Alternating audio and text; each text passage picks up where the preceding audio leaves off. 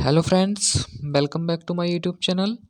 तो हमने पिछली क्लास में देख लिया था आकाशगंगा के ऊपर बात की थी, जिसको क्या बोला जाता है, गैलेक्सी भी बोला जाता है और मिल्की वे जिसको मंदाकिनी भी कहा जाता है। ठीक है, तो हमने आकाशगंगा के ऊपर बात कर ली थी और हमने करी थी बात निहारिका, जिसको बोला जाता है नेब्यूला। ठीक है, नेब्यूला क्या था? एक तप्त गैस का बादल है। नेब्यूला जो है एक तप्त गैस का बादल है। जो नेब्यूला है ना, वो हमारी आकाशगंगा के सबसे चमकीले तारों का समूह है। ठीक है, नेबुला क्या है? हमारी आकाशगंगा के सबसे जो चमकीले तारों का समूह ही नेबुला है। बात करी थी हमने फिर निहारिका। ठीक है, निहारिका के ऊपर, निहारिका के देखो कुछ प्रकार होते हैं। निहारिकाओं के अगर हम 4-5 प्रकार हैं उनकी बात करें, तो एक होती उत्सर्जन निहारिकाएं। ठीक है, दूसरी होती परावर्तन निहारिकाएं, और तीसरी होती श्याम निहारिकाएं, और चौथी होती है ग्रहीय निहारिकाएं। तो उसके बाद हमने बात की थी क्वेसर या क्वासर। तो ये क्या थे? ये आकाश गंगाओं से छोटे हैं, परंतु इनकी जो एनर्जी है, इनकी जो ऊर्जा है, आकाश गंगाओं से कहीं अधिक ज़्यादा है। ठीक है, उसके बाद की थी हमने तारामंडल। तारामंडल जिसको नक्षत्र यानी कि नक्षत्र मंडल भी कहा जाता है। इनकी जो संख्या है वर्तमान में 89 है। ठीक है, 89 तारामंडल यानी कि नक्षत्र मंडलों की पहचान की जा चुकी है। और सबसे जो आसानी से पहचाने जाने वाला जो तारामंडल है, उसका नाम क्या है? सप्तऋषि मंडल या स्मॉल बियर। ठीक है, उसका नाम क्या है नक्षत्र मंडल का? स्मॉल बियर है। यह 7 तारों का समूह है। इसको क्या बोला जाता है? सप्तऋषि मंडल भी कहा जाता है। इसकी सहायता से हम क्या ज्ञात करते हैं? ध्रुव तारे की स्थिति ज्ञात करते हैं। जो ध्रुव तारा हमेशा एक ही स्थान पर रहता है, वो किस दिशा में रहता है? उत्तर दिशा में। ठीक है, तो हम बात करी थी, हम आज का अपना टॉपिक होगा, हमने इन सबको देख लिया था। ठीक है, तारामंडल, आकाशगंगा, निहारिका, निहारिका के प्रकार, और क्वेसर या क्वासर। तो आज का जो अपना टॉपिक होने वाला है वो है तारे, जिनको बोला जाता है स्टार्स। ठीक है, क्या बोला जाता है? तारे या स्टार्स। तो देखो, तारों की अगर मैं बात करूं, तारे ऐसे खगोलीय पिंड हैं, तारे जो हैं ऐसे खगोलीय पिंड हैं जो निरंतर प्रकाश एवं ऊष्मा उत्सर्जित करते रहते हैं। ठीक है, तारों की विकास क्रम में अगर हम बात करें, जो तारे का जो प्रारंभिक अवस्था आती है, जब तारे का विकास होता है, तो वो कहलाती है प्रोटो स्टार। क्या कहलाती है वह अवस्था? प्रोटो स्टार कहलाती है। उसके बाद तारा जो होता है विकास की मुख्य अवस्था में प्रवेश करता है। देखते हैं इनका जो निर्माण होता है। देखो, हमने नेब्यूला में पढ़ लिया था, हमने पढ़ा था निहारिका जो थी, उसमें लगभग सभी तारों का निर्माण होता है। किसको छोड़कर? केवल 2 ऐसे अवसर थे, दुर्लभ अवसर हैं कुछ। देखो, एक होता है जब तारे की विस्फोट होता है ना, तो मृत तारे बनते हैं। ठीक है, मृत तारों का जब विस्फोट होता है, तो हमने पढ़ा था एक न्यूट्रॉन तारा, एक पढ़ा था हमने श्याम बीवर। न्यूट्रॉन तारे को क्या बोला जाता है? पल्सर। ठीक है, और श्याम बीवर श्याम बीवर क्या है? देखो, श्याम बीवर होता है सिमट गया तारा। क्या होता? सिमट गया तारा ही श्याम बीवर है। तो हमने दुर्लभ अवसरों को छोड़कर देखा था, सभी तारों का निर्माण कहाँ हो जाता? निहारिका के अंदर हो जाता है। तो देखो, इनका निर्माण आकाशगंगा की घूर्णन से ब्रह्मांड में उपस्थित जो हाइड्रोजन और हीलियम है, उनके गैसों के बादलों से होता है। तो और ये जो है ना, तथा परस्पर गुरुत्वाकर्षण के कारण जो उनके केंद्र में हाइड्रोजन का जो हीलियम में परिवर्तन हो रहा है, क्या हो रहा है? वो नाभिकीय संलयन हो रहा है। उसी के कारण तारे का निर्माण होता है, यानी कि तारा बन जाता है। तो तारा किस तरह बनता है? हाइड्रोजन के हीलियम में बदलने की प्रक्रिया शुरू हो जाती है और तारा बन जाता है। तो यह जो अवस्था है वो क्या है? प्रोटोस्टोर है। ठीक है, तो प्रोटोस्टोर क्या है? देखो, देखने में काली गेंद की तरह लगता है। प्रोटोस्टोर क्या कहलाता है?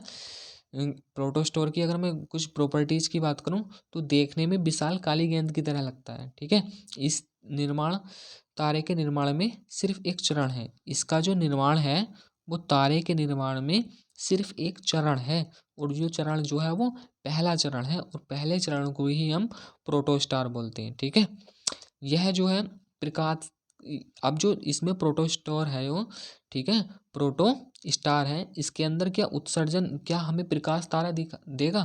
तो नहीं, इसके अंदर यह जो होता है प्रकाश का उत्सर्जन नहीं करता है। ठीक है, प्रकाश का उत्सर्जन यह प्रोटोस्टार के अंदर नहीं होता है। अगले चरण में जो प्रोटोस्टार है, परिवर्तन के एक तारे के रूप में होता है जो प्रकाश का उत्सर्जन करता है। अगले चरण में प्रोटोस्टार का जो परिवर्तन होता है और वो एक तारे के रूप में होता है जो प्रकाश का उत्सर्जन कर देता है। ठीक है, तो हम देख लेते हैं। देखो, तारा जो है प्रोटोस्टार को पार करके विकास की मुख्य अवस्था में प्रवेश करेगा।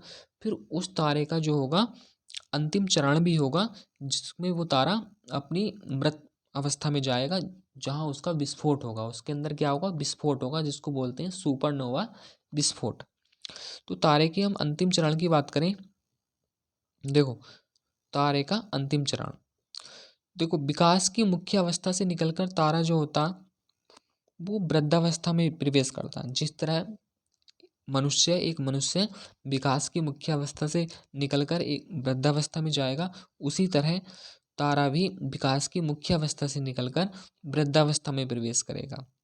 तारे के जो केंद्र का हाइड्रोजन होता है वो ईंधन, यानी कि उसके जो कोर में, तारे के कोर में जो हाइड्रोजन ईंधन होता है जो हीलियम में परिवर्तित हो रहा है, नाभिकीय संलीयन प्रक्रिया हो रही है वहाँ, तो वो समाप्त होने लगता है। ठीक है, वो समाप्त होने लगता, यानी कि जब हाइड्रोजन समाप्त होने लगेगा तो तारे का क्या होगा? देखो, तो केंद्रीय भाग जो होगा वो संकुचित होगा व गर्म होगा। ठीक है, केंद्रीय भाग संकुचित व गर्म हो जाता है। किंतु जब इसकी देखो केंद्र में तो समाप्त हुआ ना हाइड्रोजन, परंतु जो केंद्रीय भाग तो समाप्त हो गया हाइड्रोजन, परंतु जो बाहरी भाग है, अगर हम बाहरी परत की बात करूं तो हाइड्रोजन का हीलियम में बदलना जारी रहता। ठीक है, बाहरी परत में हाइड्रोजन का हीलियम में बदलना जारी रहता है, जिससे उसकी बाहरी सतह फैलती रहती है। ठीक है, और वह ठंडा होकर लाल रंग का दिखाई देने लगता। अब तारा जो है क्या हुआ, उसके केंद्र में जो हुआ हाइड्रोजन समाप्त हो गया, तो हाइड्रोजन समाप्त हो गया तो वो संकुचित होगा और गर्म होगा, परंतु इसके जो बाहरी सतह है उसमें जो होता है हाइड्रोजन का हीलियम में परिवर्तन जारी रहता है, क्योंकि केंद्र में समाप्त हुआ है अभी। ठीक है, जिससे बाहरी सतह फैलेगी, और जब फैलेगी कोई चीज़ तो वह ठंडी होगी। ठीक है, ठंडी होकर जो वह दिखाई देता है वो लाल रंग का देने लगता है, जिसको क्या बोला जाता है? रक्त दानव। क्या बोला जाता है?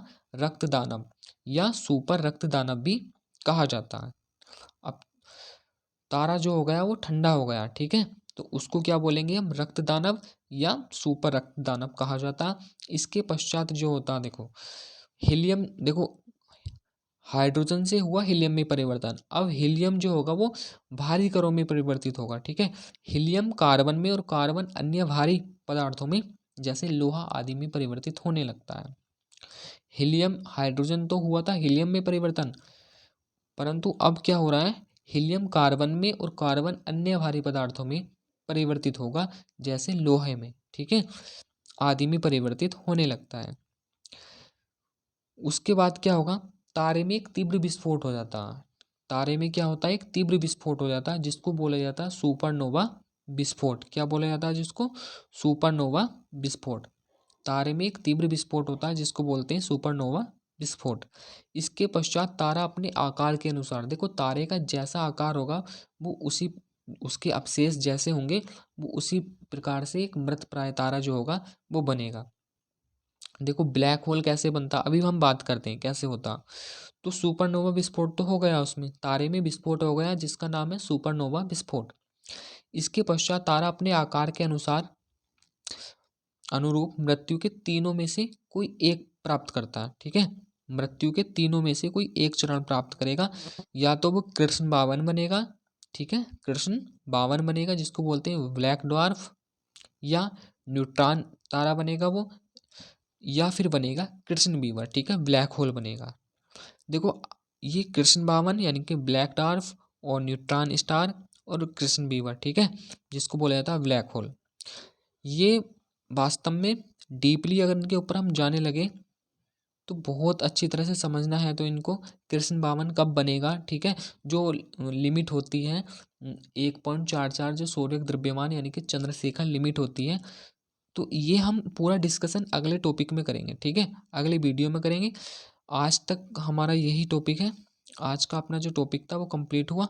तो मिलते हैं एक नए लेक्चर में, तब तक के लिए जय हिंद।